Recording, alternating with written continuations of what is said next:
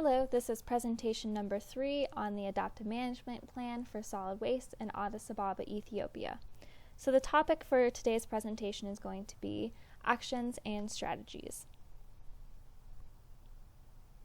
So the topic for this Adaptive Management Plan is whether or not to include informal actors in Addis Ababa's Integrated Solid Waste Management Plan.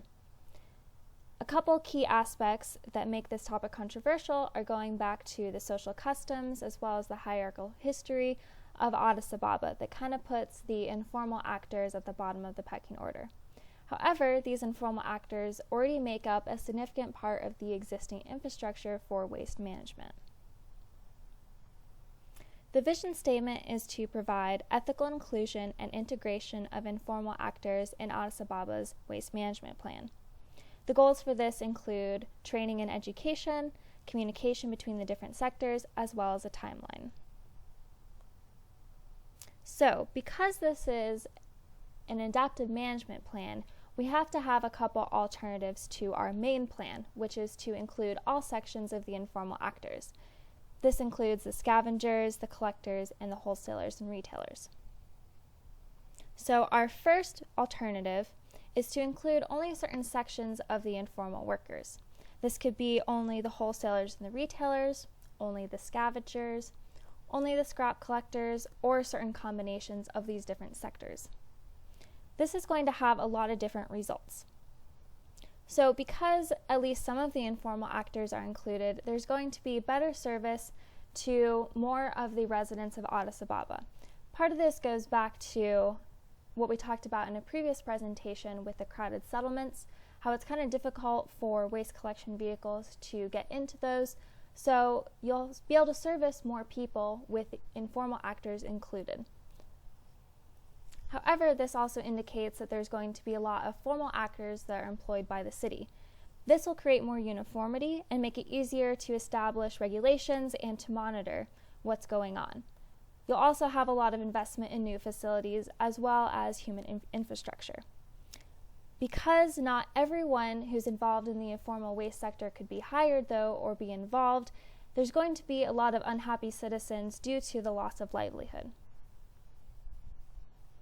The second alternative is to not include any informal workers and just include the formal actors hired and managed by the city. So, because the city has to hire and create a bunch of new infrastructure for this instead of using existing infrastructure, they're either going to need a lot of funding or it's going to be slowly established in order to get all the new facilities and all the new employees. You will also not be able to provide door-to-door service to lower class citizens, only middle and upper class residents. Again, this goes back to waste collection vehicles not being able to get into crowded settlements. However, there might be collection facilities that are available off-site for people to bring their waste to. This will also require a lot of investment, but it's going to be a lot easier to monitor and set regulations. Again, there's going to be a lot of citizens that will be negatively impacted due to loss of livelihood.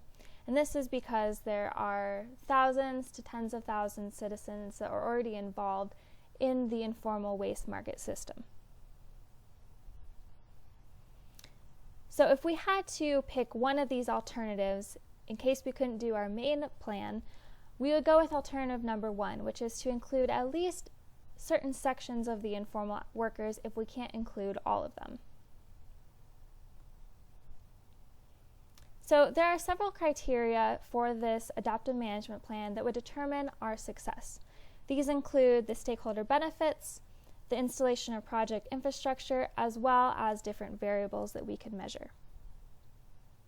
So we talked about who the stakeholders are in presentation number 2, but just a quick recap, that involves the citizens of Addis Ababa, the municipality as a whole, the informal waste workers, foreign investors, the state, etc.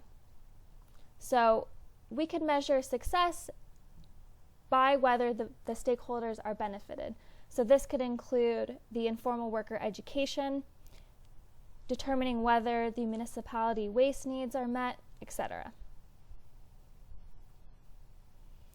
A second success criteria we could look at is the update or the installation of infrastructure for this project.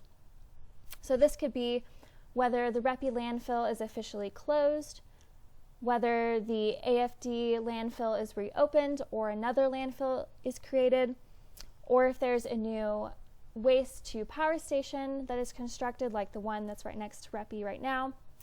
It could also be if there's new collection vehicles that are created and whether these have compactors or if they're just open dump vehicles. And we could also look at new transfer stations that are constructed, etc. Finally, we can measure a couple different variables involving the people and the waste. So these could be the number of scavengers on the landfill per day, the number of new waste employees that are hired by the city, and the number of wholesalers and retailers that are offering different scrap products. Alternatively, we can measure the amount of waste that goes into the landfill or into processing centers as well. Here are some of the references for this presentation, and I thank you for watching.